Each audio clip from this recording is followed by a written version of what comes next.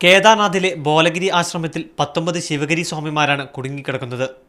ഇവരെ രക്ഷിക്കുന്നതിന് കഴിഞ്ഞ കുറച്ച് ദിവസങ്ങളായി കേരള സർക്കാർ ശ്രമിക്കുന്നുണ്ടെങ്കിലും ഇതുവരെ തീരുമാനമായിട്ടില്ല. സ്വാമിമാരെ രക്ഷിക്കാനാകാത്തത് കേന്ദ്ര സംസ്ഥാന സർക്കാരുകളുടെ വീഴ്ചയാണെന്ന് ആരോപിച്ചാണ് ശിവഗിരി മഠത്തിലെ സ്വാമിമാർ അനിശ്ചിതകാല സമരം പ്രഖ്യാപിച്ചത്. രാവിലെ വിശുദ്ധാനന്ദ സ്വാമിയാണ് സമരം ഉദ്ഘാടനം ചെയ്തത്. 11 മണിയോടെ KPCC പ്രസിഡന്റ് രമേശ് ചെന്നിത്തല സമരപന്തലിലെത്തി സമരത്തിന് എല്ലാ പിന്തുണയും പ്രഖ്യാപിച്ചു. കാലാവസ്ഥ പ്രശ്നമാണ് സ്വാമിമാരുടെ മോചനം വൈകിപ്പിക്കുന്നതെന്ന് ചെന്നിത്തല സ്വാമിമാരെ അറിയിച്ചു.